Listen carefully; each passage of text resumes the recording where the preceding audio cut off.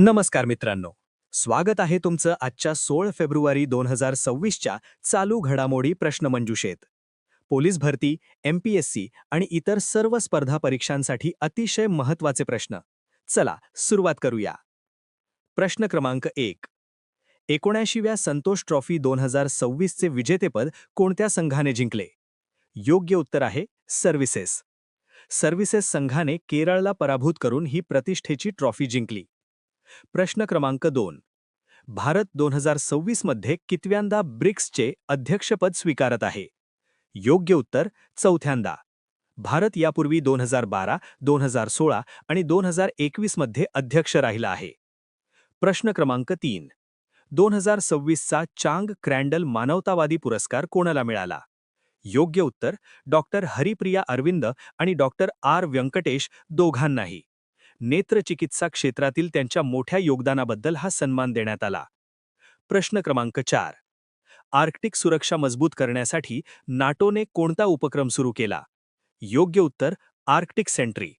हा लष्करी समन्वय उपक्रम फेब्रुवारी 2026 मध्ये सुरू करण्यात आला. प्रश्न क्रमांक 5.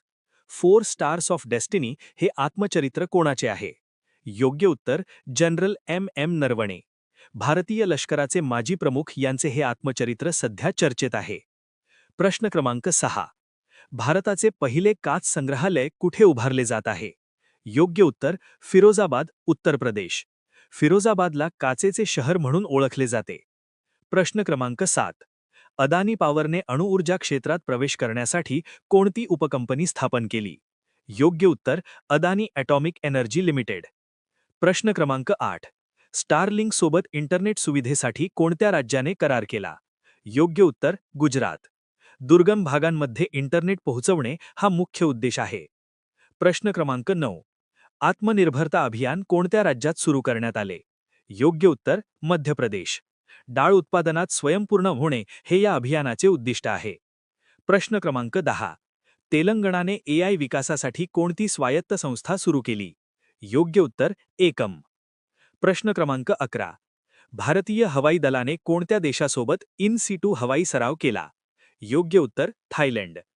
प्रश्न क्रमांक 12. सायबर आर्थिक फसवणुकीवर राष्ट्रीय परिषद कुठे झाली? योग्य उत्तर नवी दिल्ली. मित्रांनो, आजची प्रश्नमंजुषा इथे संपते. तुमचा स्कोर किती झाला? कमेंटमध्ये नक्की सांगा. अशाच रोजच्या चालू घडामोडींसाठी चॅनलला सबस्क्राईब करा, व्हिडिओला लाईक करा आणि मित्रांसोबत शेअर करायला विसरू नका. जय हिंद.